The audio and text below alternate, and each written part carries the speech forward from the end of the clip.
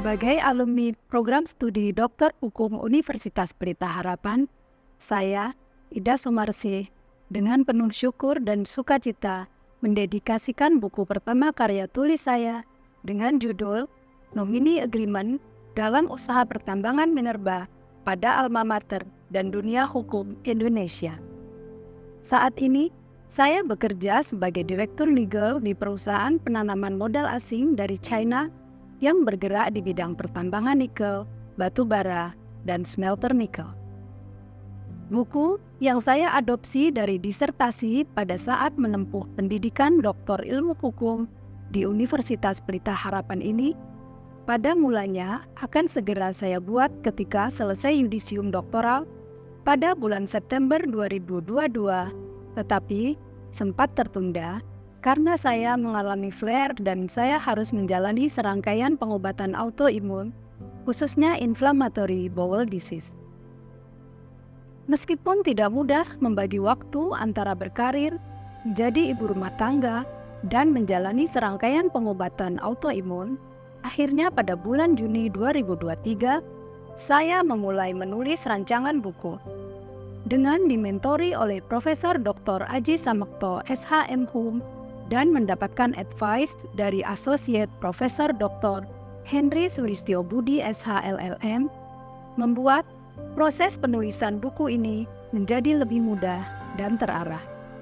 Sebagai salah satu negara penghasil sumber daya alam terbesar di dunia, negara mengatur agar sumber daya alam dapat memberikan manfaat untuk menciptakan kesejahteraan rakyat sebagaimana amanat konstitusi Undang-Undang Dasar Negara Republik Indonesia Pasal 33 Ayat 3.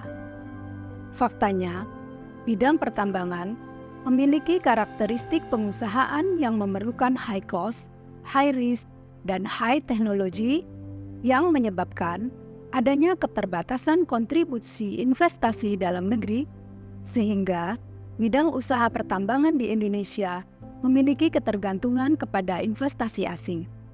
Untuk menjaga kedaulatan negara di bidang sumber daya alam, negara membatasi kepemilikan saham asing pada badan usaha pertambangan melalui skema divestasi saham.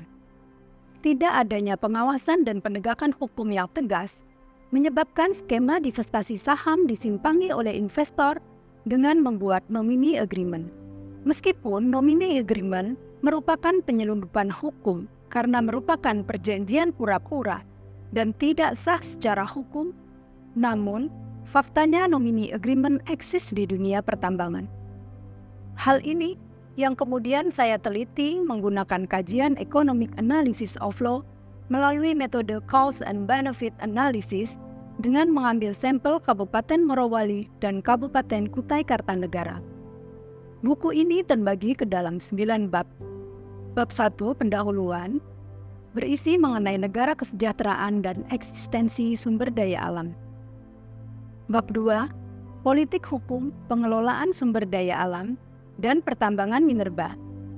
Bab ketiga, penjabaran undang-undang minerba dalam usaha pertambangan, dan bab keempat, penanaman modal asing dalam usaha pertambangan. Lanjut ke bab kelima, praktik nomini agreement dalam usaha pertambangan.